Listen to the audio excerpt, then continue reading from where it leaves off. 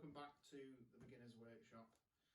So today I'm going to do the first of the upgrades to the workshop, and if you watched my last video, it's very much needed, and that's the lights. The lighting in here is terrible. I've only got one fluorescent tube light and it's just not enough. So I've gone out and bought some more lights, and it's the Barina T5 LED lights, and there's 6 in this pack. So 6 is going to be more than enough for this size of workshop. I'm expecting a big difference. So I'm going to lay out everything that's inside this, and we can see what's inside. Okay, so I've opened the box now to see what's inside, and as you can see, there's quite a few things that it comes with. So I'll just go through everything that's inside. Now, some of the things I'm not going to use, but I will just explain what they are anyway. So 6 LED strip battens, 4 foot, very lightweight. The 2,200 lumens each, which I think is really good. Now, because they're lightweight, you could probably put them in straight direct to plasterboard. Some people have got plasterboard ceilings. I've got wooden ceiling joists, so I'm just going to attach it to them.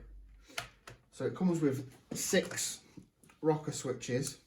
You might have noticed that it has got the American plug on it, so you would need to swap that over if you have the ability to, but I'm not going to use these at all. So if you were to use them, you could put them under under kitchen cabinets individually, so you have individual switches to switch ones on, or like above desks. And they have this insert here, a 3-pronged insert, and that goes straight into the end there. But I'm not going to use these. So instead, I'm going to use this, which is I'm gonna hardwire it into my existing wire settings up there for my light. So I'm just going to put that into my wire. I'm going to use a junction box, one of these. I'm going to insert that end and what the wiring is already there, and then this end, very similar to the switch, it goes into the bottom end of it here. Now you can daisy chain them, which is what I'm going to do. So it comes with the connectors. So you get 5 of these. These are 2 foot, apparently. I don't think they are 2 foot though, they don't look at 2 foot.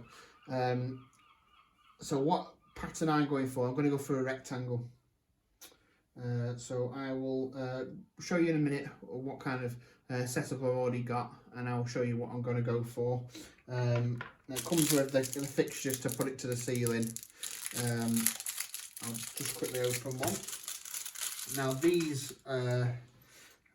ceiling connectors are very lightweight, but because these themselves are very lightweight, that's all it's going to take. Come with the screws to put it in, tiny screws.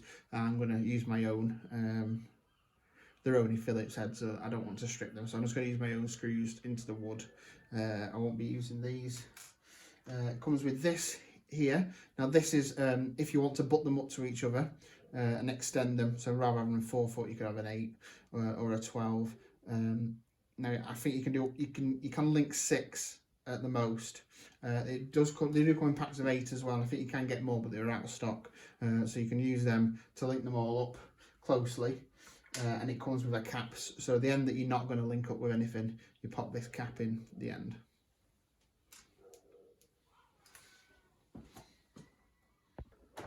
Okay, so I'm just going to show you what I've got at the minute and what I'm going to do for my design. So you can do any design you want, as long as it's within range of the connector strips. So like I said, I've only got one batten light, which is going to go. So I'm going to keep in that probably same position. I'll probably move it back 1 joist. So it's going to go across that way. I'm going to have 2 going towards the garage door, 1 across, and then 2 coming back. So I'm going to have a big rectangle going round, which I think will give the best lighting for the garage. So I'm just going to set everything up.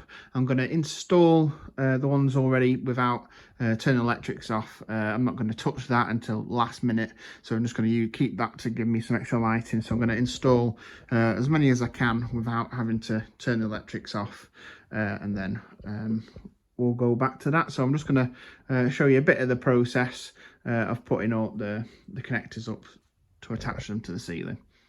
Okay, so I've got the first 2 up.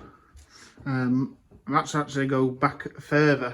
I wanted to go back 1, but I've had to go back 2, just because I've misjudged the length. It wouldn't have been able to even get 2 across here if I did it on that one. And if I did, the last one would have been right next to the door. So I've got 1 going across there, 1 there.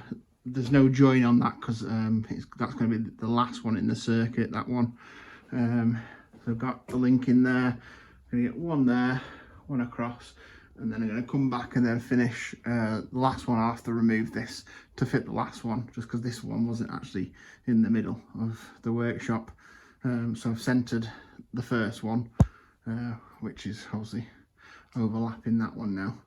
So I'm just going to crack on with that. They're dead easy to install. They're really easy. They just clip on, because they weigh nothing. They clip on and they're rock solid.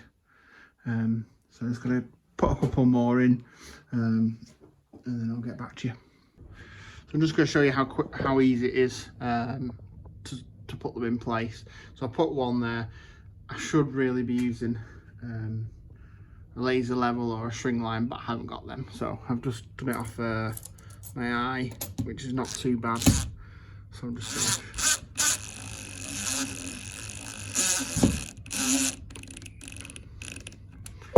going to straighten that up. So that should be somewhat straight with that one. And I'll just try and do it one-handed and pop the batten in, because they are very light. I wouldn't do this if it was heavy. So they just go with one angle.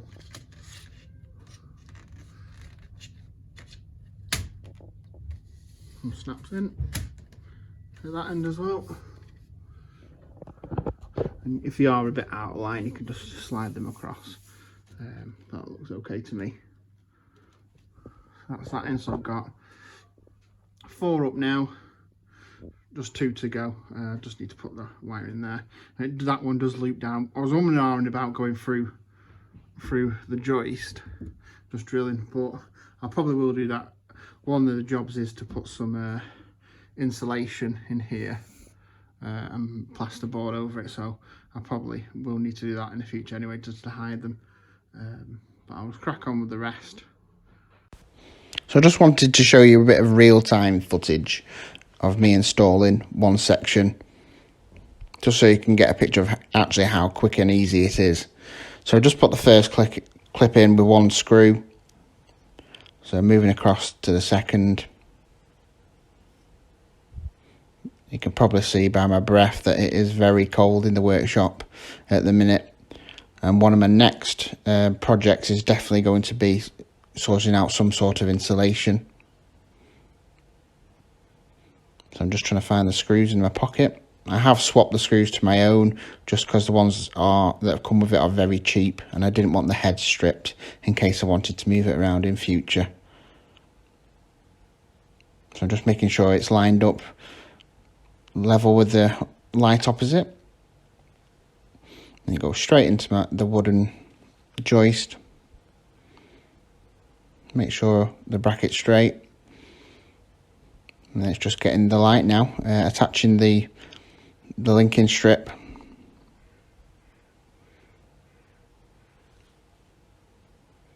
They just pop straight in the end. Do 1 in each end. And you're going to see really how easy it is to clip in. It takes very little pressure.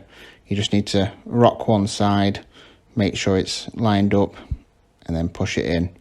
and it's just solid. And the last job is just to push the connector strip into the other light, and that's very easy. Okay, so all the lights are up now. All I need to do is wire it up to the mains. So like I said before, this that comes with it is what I'm going to use. I've already added the wires into the connector box, and this is my mains wire that I'm going to join into the other end. I mean, I'm comfortable doing this. It's very basic, but if you're not comfortable, please don't do it. This is not a how-to guide or anything like that. I'm comfortable doing this, so if you're not, get a professional in. So I'm just going to wire this up, plug it in, and then we'll do the grand reveal. Okay, so all 6 are up. They're all linked together. The power's on. Nothing's banged yet, which is a good sign. So I'll show you what it looks like without the lights on. We are in the daytime, so it's slightly different, but I will put an image of what it looks like at night. I have got 2 big windows which will help in the daytime for the light. So there we go, the rectangle design, which I think is probably the best layout. Let me know if you would do it slightly different and why. So we'll go and turn it on. Let's see what happens. So I have waited for it to be dark to show you what it looks like turned on. So I'm just going to click the switch. And there we go, lights are on. And what a difference that makes. It's a nice natural light. It doesn't feel artificial. It feels like it would do in the daytime inside. It's very even throughout the shop. And if you have seen my previous table saw review, you could be able to see the massive difference that this has made. So that table saw review, I am going to do a re-review. Now the lighting's sorted, and I have used it a few times now, which will give me a bit more to talk about. So keep an eye out for that next video. So that brings us to an end. So this is the Barina T5 LED lights purchased from Amazon, $56.99 for 6. And I think for this size workshop it's absolutely perfect. I'll leave the link below if you're interested. They're a really good deal, really easy to install, about 30 minutes from start to finish. So thanks everyone for watching the video. Give me a like if you haven't already. I appreciate a subscribe so you can look out for future videos. But thanks very much. Thanks for watching.